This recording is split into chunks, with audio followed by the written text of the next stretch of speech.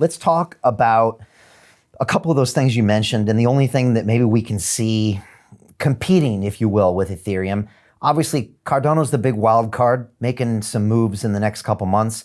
We got Charles here, I think, about 4 weeks from today. We've got, like you said, DOT. It's a lot of these kind of interchain pieces. We've got these second layer solutions like Polygon. But if you look at CoinMarketCap, there's not a lot of other things happening except for DeFi protocols up there that I can see. There's some great apps, Uniswap and Aave and things like that. What do you see in those other competitors, if you will? I don't, and I don't know is the answer, but I need to have an open mind because this space is too close-minded.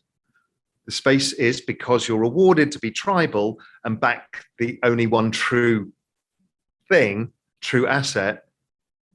As investors, we need to be careful of that bias. So I don't know. So some very smart people that I know say, listen, Polkadot is a really serious project and this could do this, Filecoin or, there's a bunch of things that become, that people say, listen, you don't really understand the use case yet. And probably in 3 years' time, we'll be talking more about it. So I kind of say, yeah, okay, I'll keep an open mind. I have an open enough mind that I even own Doge. And the reason being is simply put, if the world is network effects, you've got a lot of retail owners, but there's no network because it's not being used. But then you've got Elon Musk telling you, hey, I want to build on this. Why? Well, because he's got all these users, right? He can now raise infinite capital if he becomes, the core side, the other side of the network equation. Mark Cuban started accepting Doge because he realized it's a social thing.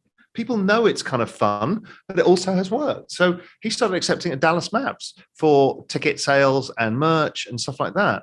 So now you might end up building a network. So again, I keep an open mind to all of this. People are too quick to say, this is never going to make it. Like Cardano, right? There's a huge fight in the community, Cardano and its smart contracts. And, is it going to amount to anything? Is it going to amount to nothing? I don't know. And that's okay. And we should all be a little bit more comfortable saying, I don't know. It's pretty interesting. Let's see how it goes. I can place a small bet and I can't place a big bet yet because I don't know enough. Maybe you're really in the space and you know it inside out. And you think, yeah, you know what? I can see what's coming down the pipe on the plan. I think this is going to work. I can take a bigger bet. That's okay too. But, I can't because I don't know. I just don't have the bandwidth to take all this in. Yeah, that is the thing, is bandwidth. I mean, one of the things I'm getting all my students to do is we have a thing called a 10 coin rule. You're not allowed to own more than 10 coins, at least for your first year of investing. That's probably too many because there's so many stories, there's so many rabbit holes, but there's also, seems like a finite number of potential players. And like you said with Cardano, it's interesting because it's been a long time in the works. It's a long-term plan, but it's a call option on something that could be big. And there's not many places that are putting that much effort into that piece. So I guess it's a kind of watch and to be continued. Yeah, I mean, there's the other one that came out that it's going to take a while to sort this one out. And I don't know which way it's going to go, but you shouldn't write it off, is Dfinity or the internet computer. So unfortunately, it was backed heavily by VCs early on. The people who were allowed liquidity on launch had made tens of thousands of %. And so retail got pretty burnt into that equation. That was ugly and not good and not honorable. I've got several friends who invested in it and they're all locked up still, but there's a bunch that weren't. So that was not good. What those guys have built, I don't even understand.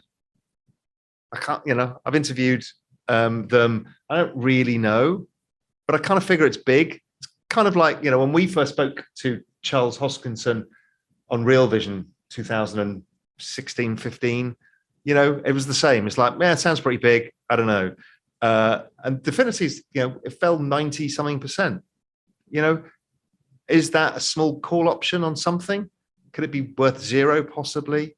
I don't know. We just have to keep our eye because, even though the adoption is exponential, each token has to go through its adoption curve or failure. And we don't, that takes a bit more time than we think. While we see the whole space doing this, it's really driven by, currently it's really driven by Bitcoin, Ethereum, and DeFi. The other protocols, It's going to take more time.